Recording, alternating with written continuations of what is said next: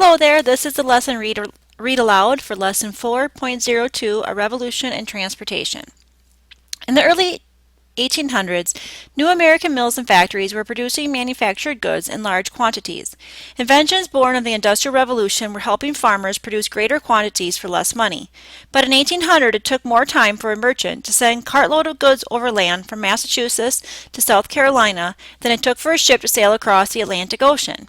The young nation would not be able to take advantage of what the Industrial Revolution made possible unless it improved the way it transported goods and people. As you'll read in today's lesson, the United States was more than capable of meeting the challenge.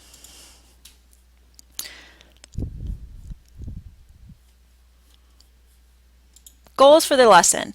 Describe the need for and debate over transportation improvements in the early 1800s. Explain how major innovations in transportation in the early 19th century changed travel and trade. Analyze primary and secondary sources on transportation in early 19th century America. Okay, remember to grab your reading guide and lesson answer key. And we'll begin by reading pages. Wait for it to change here, and then we'll see what pages we need to read. Okay, page 271 to 277.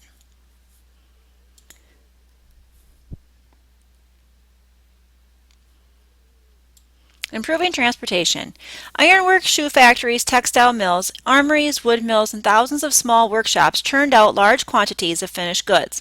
But until the 1820s, most Americans were too cash poor to buy these products and too remote from the nation's cities to participate in a national market. The American interior was still heavily forested, and the transportation system was still too rough and makeshift to make it easy to get manufactured goods to widely separated settlements. Even with the increase in manufacturing, the market economy would not flourish until there were improvements in transportation. Better roads. In the late 1700s, most Americans traveled on crooked, badly rutted dirt paths. When the roads were dry, travelers ended their journeys covered by a thick layer of dust. When it rained, the dirt turned to a sloppy pool of mud.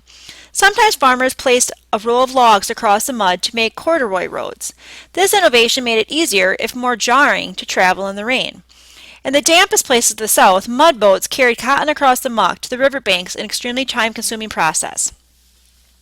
Americans completed their first modern road in 1794. Pennsylvania's Lancaster Turnpike, constructed privately for stockholders at a cost of $4.1 million, had fine surface gravel that allowed the wheels of carriages and wagons to roll smoothly and swiftly. A crown in the middle of the road prevented puddles from forming by letting rain run off into drainage ditches. Smooth sloping grades enabled horses to climb easily over hills and uneven terrain. So superior was this road that the tolls collected made its stockholders wealthy. The War of 1812 emphasized the need for a better transportation system. It still took 75 days for a cartload of wool to wind its way along overgrown, muddy roads on the trek from Worcester, Massachusetts to Charleston, South Carolina. In the same amount of time, a passenger could sail from New York to London and back with time to spare. After the War of 1812, Americans undertook a flurry of new construction. Between 1850 and the early 1830s, New York State chartered 4,000 miles of new improved roads. Pennsylvania built 2,400 miles, while Maryland... Okay, gotta go to the next page, that's just a map. While Maryland added 300 miles, Irish and English immigrants built the dramatic National Road, a turnpike connecting farms west of the Appalachian Mountains to the great seaports of the east.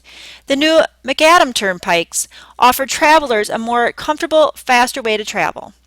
Despite these advances, problems remained. With miles of ground to cover and a shortage of labor, it was expensive to build roads, and Americans couldn't agree on who should pay for them: the federal government, the states, private companies. For the next half-century, most Americans continued to travel on rutted, dusty country roads. To move their products faster from east to west or north to south, they looked to a smoother surface: water. Steamboats and waterways. Robert Fulton's new craft looked like a monstrosity. Narrow and unwieldy at 142 feet long by 14 feet wide, the boat had a smooth flat bottom and a low open deck. On each side sat an exposed 15-foot wooden paddle wheel. Upon the deck sat a large copper boiler with a cylindrical steam engine topped by a 15-foot tall smokestack. Observers mocked Fulton's folly, saying it would never be seaworthy. At midday on August 14, 1807, Fulton fired up the British-made engine in a steamboat, the Clermont. The crowd gasped as sparks flew and black smoke poured out of the smokestack. Slowly the vessel chugged its way up the Hudson River. Onlookers were stunned. They had never seen such a ship incredibly travel upstream against the current. Some people cheered, others ran away in fear. So outrageous did it appear that one person called it a monster moving on the waters, defying the winds and tide, and breathing flames and smoke. Fulton's creation revolutionized water travel. Before Fulton ushered in the age of the steamship, sailing vessels ruled the waters. Sailors could travel fast when the wind was right, but they struggled against strong countercurrents. Because of that, movement on America's river systems presented problems. Going downstream was easy, but heading upstream provided such a challenge that sometimes sailors actually walked back. The trip downriver from Pittsburgh to New York took 4 to 6 weeks. The trip back took 4 to 6 months. Fulton's steamboat completely changed water travel. Though he was not the first to come up with the idea of a steam-powered ship, Fulton persevered and made it a reality. Before Fulton, trade on the Mississippi went only in one direction, downstream. After Fulton's invention, trade moved both up and down the mighty river. Steamships soon plied America's waterways in large numbers. In 1820, 69 steamships chugged up and down the Ohio and Mississippi river systems. By 1850, that number had grown to 536. Whereas in 1810, farmers had moved 60,000 tons of cotton, wheat, corn, and livestock to distant markets, by 1840 they were shipping 500,000 tons. The new ease with which Americans could move their products to market spurred the growth of farms on the frontier. Steam power had colonized the West, as one reporter put it in 1841. Steamships gave birth to a rising American steam engine industry and helped bring food to the growing millions in the greatest cities of the world.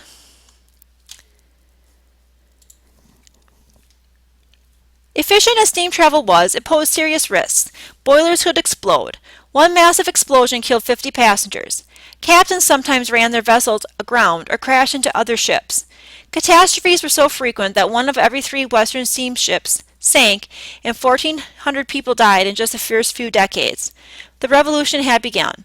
Thanks to this American addition to the Industrial Revolution, the age of the sail passed into the history books. Canals, artificial rivers. In 1800, the quickest, most reliable way of transporting goods was by water. The problem with water travel, however, was that rivers, lakes, and oceans did not necessarily appear where people wanted them. So Americans determined to make their own waterways by digging canals. On these shallow, man-made rivers, they could transport barges loaded with goods and people. Taking a cue from the English, American inventors poured millions of dollars into canal projects following the War of 1812. The most ambitious canal project was to link the Great Lakes to the Atlantic Ocean. When Thomas Jefferson was told of the proposal in 1809, the president, who was known to embrace bold technological projects, responded, "It's a splendid project and may be executed a century hence. You talk of making a canal 350 miles long through a wilderness? It is little short of madness." After the War of 1812, the dream of a great western canal seemed less foolish. Many Americans were making plans to link the Republic through the construction of an extensive transportation network. After hearing the canal proposal, Congressman John C. Calhoun declared with nationalist fervor, "Let us bind the Republic together with a perfect system of roads and canals. Let us conquer space." A bill allotting money for the canal passed through Congress, only to be vetoed by James Madison. The Erie Canal. Undeterred, canal boosters convinced New York Governor DeWitt Clinton to fight for their cause. The project met with the legislature's approval and received state funds. At sunrise on the 4th of July, 1817, near Rome, New York, Judge John Richardson proclaimed, "By this great highway, unborn millions will easily transport their surplus and hold a useful and profitable intercourse with all the marine nations of the world." He then turned the first shovelful of dirt to begin construction of the new canal. Calling the project a work more stupendous, more magnificent, and more beneficial than has hitherto has been achieved by the human race, Governor Clinton viewed it as a critical step in connecting Western farmers to Eastern markets, and vice versa. 40 feet wide and 4 feet deep, the canal required 9,000 workmen who labored without the advantage of modern construction equipment. The governor's political opponents thought the canal was madness and dismissed it as Clinton's big ditch. Constructing the Erie Canal was an epic undertaking. Since there was little opportunity for professional training in the United States, engineers trained themselves as they went. They began by making a long level section and then dotted it with toll stations to pay for some of the cost. Teams of workers dug a ditch 40 feet wide and 4 feet deep, and the engineers made sure it remained level. A wide tow path running alongside permitted mules to pull huge barges up and down the canal. 18 stone aqueducts and 83 locks allow the canal to cross ravines and rivers and change elevation a total of 675 feet. Workers used gunpowder and horse-driven cranes to blast and move rock. In New York, poor farmers' sons found canal digging a good chance for steady money. Irish immigrants, farmers in their own country, came to America and found new opportunities on the canals. One immigrant worker wrote home, "Wages on the canal are $1 a day and $13 to $14 a month with food and washing and half a pint of whiskey a day. Those who provide their own food, wet and dry, get $22 to $23. Because most Americans looked down on the impoverished Irish immigrants, digging the canal was one of the few work options. The backbreaking efforts of those immigrants helped bring the new market economy to remote areas of the American interior. The laborers risked injury and death. The explosions used to blast away the rock became so commonplace that many workers seemed to get used to it. According to one observer, tons of gunpowder were burnt, and the Irish laborers grew so reckless of life that at the signal for blasting, instead of running to the shelter provided for them, they would just hold their shovels over their heads to keep off the shower of small stones and be crushed every now and then by a big one. In the end, Governor Clinton proved his critics wrong. Completed in an astonishingly brief 8 years, the Erie Canal connected Lake Erie and the Hudson River. Before the Erie Canal, the longest American canal stretched a mere 27 miles. The Erie Canal extended 363 miles. The canal allowed the transport of goods from the Great Lakes to New York City, and thus from New York to the world. In 1825, Governor Clinton boarded a ship on Lake Erie and traveled down the newly completed Erie Canal to New York Harbor. Clinton's inaugural trip ended with the governor pouring a keg of Erie water into the Atlantic to the cheers of a massive crowd. Americans were so proud of the Great Canal that when a famous Revolutionary War veteran, Marquis de Lafayette, visited the country, his banquet table at one welcoming dinner was decorated with a 75-foot-long model of the canal. The Erie Canal did more than change a rough ride along bad roads into a smooth trip by water. It transformed the lives of millions. It made the products of inventions like the cotton gin and the power loom available to countless Americans in the North. Farmers along the canal route and surrounding Great Lakes had now had access to the world's markets. The cost of transporting goods dropped to a mere fraction of previous shipping costs. Cities sprang up along the canal, and towns along the route exploded in size. Rochester, New York grew from 1,502 people in 1820 to 36,403 in 1850. Buffalo expanded from 2,095 people to 42,261 in the same period.